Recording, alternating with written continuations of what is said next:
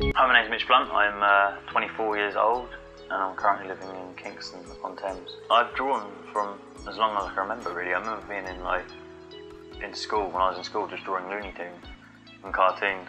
I studied graphic design, and then I don't know, I never really got on with the packaging and all. I never really I just wanted to draw. I never really knew what illustration was. I just come out of school, never really looked at anything or knew anything about it, and then just started drawing. Yeah, I've shown my work in a few places. I had a show in Seattle. It was 100+ artists in the show, and then I read, someone sent me the link to the article on the show. I remember the quote being, "I really like the uncomfortably close ink drawings of Mitch Blunt." I remember that, uncomfortably close. Yeah, I really like black and white photography, old Ouija photos, crime scene photography, and boogie. He's quality. There's a picture of some woman cutting a chicken up in Bulgaria, just on some park bench. This portrait was originally done at uni for a uni project.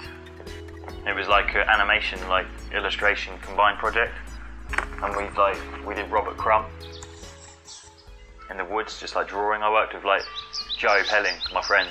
He animated it, and my friend Sarai, she drew all the trees and the birds and everything. I just drew the character. It's way less detailed, graphic, from something like that. I mean, that's just kind of obsessive detail just for the sake of it. I really I obsess over the quality of line quite a lot. A editor for New York Times magazine emailed me about doing a piece on Obama in September last year, before he got elected in November. And it was about, the article was about him being a professor back in the day. So that was the original, but it was too detailed.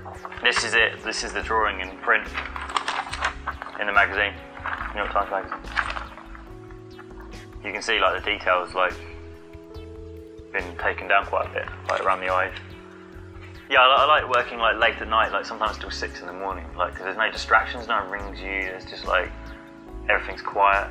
You can just get on with your work. I really like that. I can't really work in a day, I don't know why.